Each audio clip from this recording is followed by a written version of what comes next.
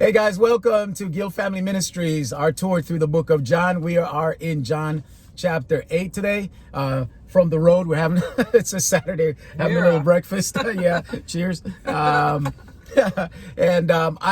do want to make a special mention though that over the past week or so, we've had some of our partners contribute to the ministry. And we're just so thankful to you for certainly for the financial contribution, but also just for your comments, your engagement, your sharing, your prayers.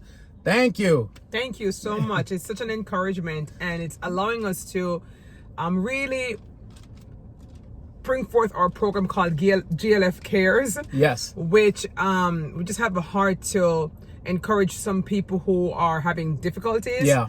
And it could be from a card to a gift card, you know? And so we just have the freedom, a little bit more freedom now to really engage with that. And those people who we're trying to help are not necessarily contributors of the ministry, but we've heard from some of you about people who are struggling in different areas. People have written us. And so we just have, that's one of the things we wanted to launch, GLF Care. So thank you so much for allowing us that opportunity.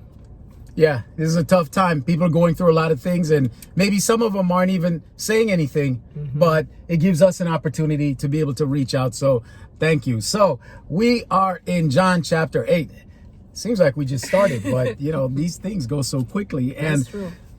As it is with a lot of these chapters, they're long and they're dense and they're really thick. So we can't really cover this in the depth that we'd like to. But one of the things we're going to do is we're going to compile all of these videos into a little bit of an online course, if you want to call it that, or Bible study. And we will allow access at the end of all of this. And then we could beef it up a little bit more at that time. So for now, we're going to just kind of hit a few points, but hopefully it'll be a blessing to you. So, you know, the book of John chapter 8 opens with the famous story. Some of you know it, some of you may not know it, of this woman who was supposedly caught in the act of adultery and was taken and thrown or put before Jesus.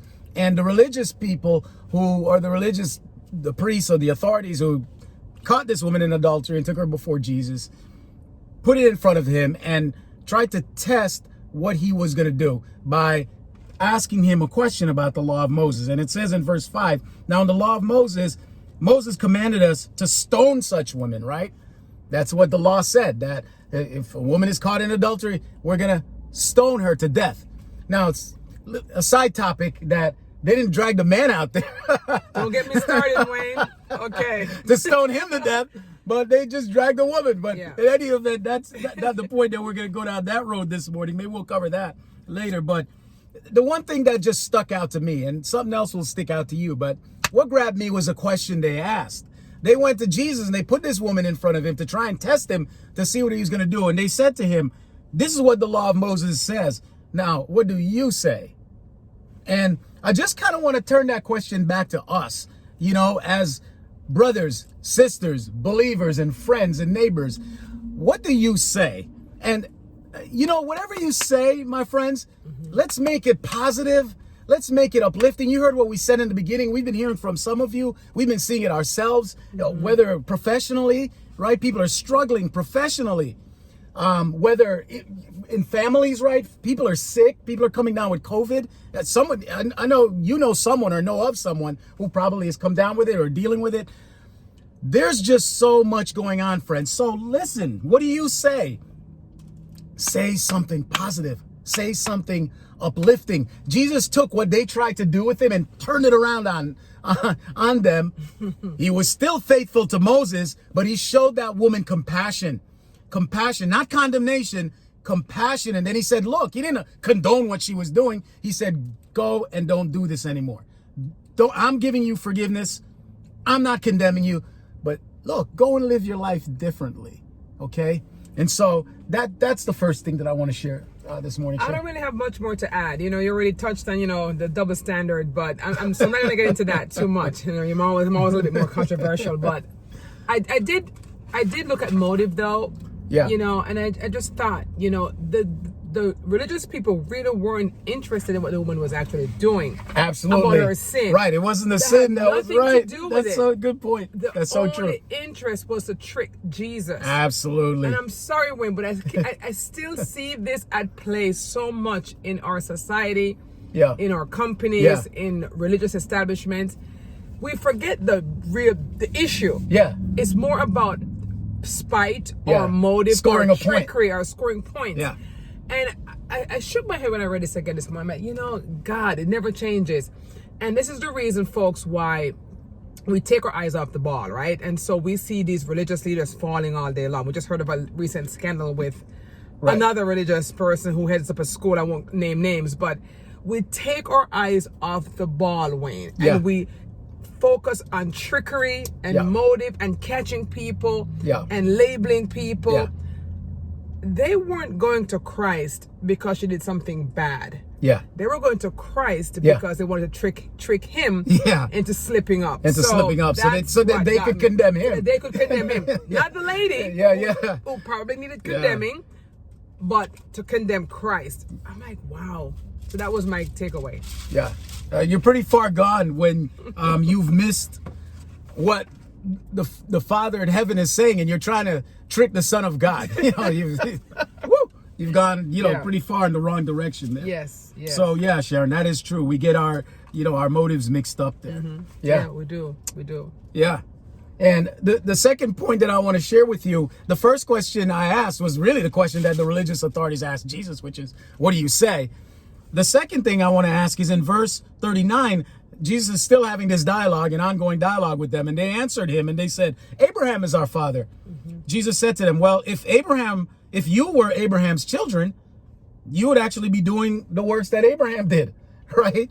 It's just kind of, again, turn it back on them. Like, you're claiming to be Abraham's children, but you want to kill me, who's God's son. So if you were Abraham's children, you'd be doing what Abraham is doing. And I just want to turn that question back to us as well.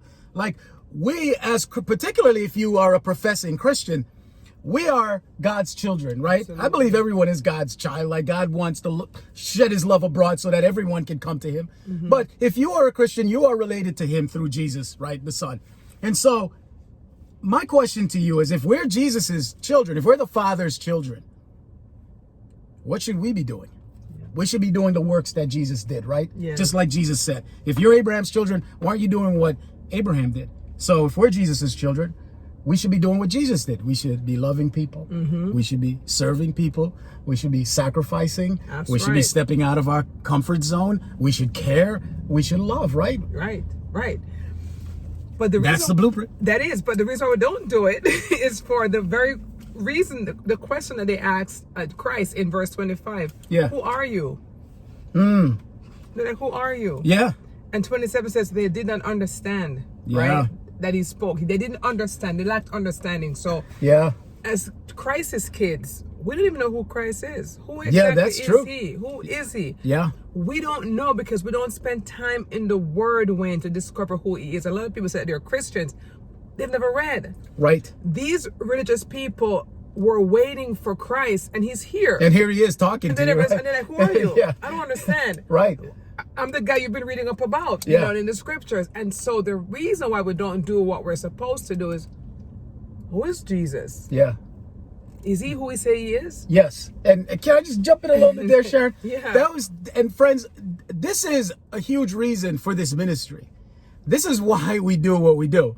Because we want to encourage you, if you don't know, to explore and find out, right? Who is Jesus? What are his claims? What is he doing? What's he all about? And then if you do profess, for you to go deeper. That's right. Right? Because that's the only way you're going to grow. You're not going to, let me tell you how not to grow. Watch media, right? Just listen to pundits and gurus. Ignore your Bible. Don't pray. Those are ways you're not going to grow. But the beginning is to dig into that word. And if they had been studying their word, it had been sensitive to the Spirit, they would have known. And they would have understood. The Bible says they did not understand. Wow. So don't let that be you, friends. I'm trying not to let it be me. I'm trying to spend time in the word so I can understand really who Jesus is. So when I understand who he is, then I'll be able to do what he wants It'll me to affect do. your actions. Absolutely. That's right. Well, That's we're it gonna for cut me. it. That's it for me. We're gonna cut it right there. Share, and thank you for your comments. Thank you so much. God bless. Have a great day.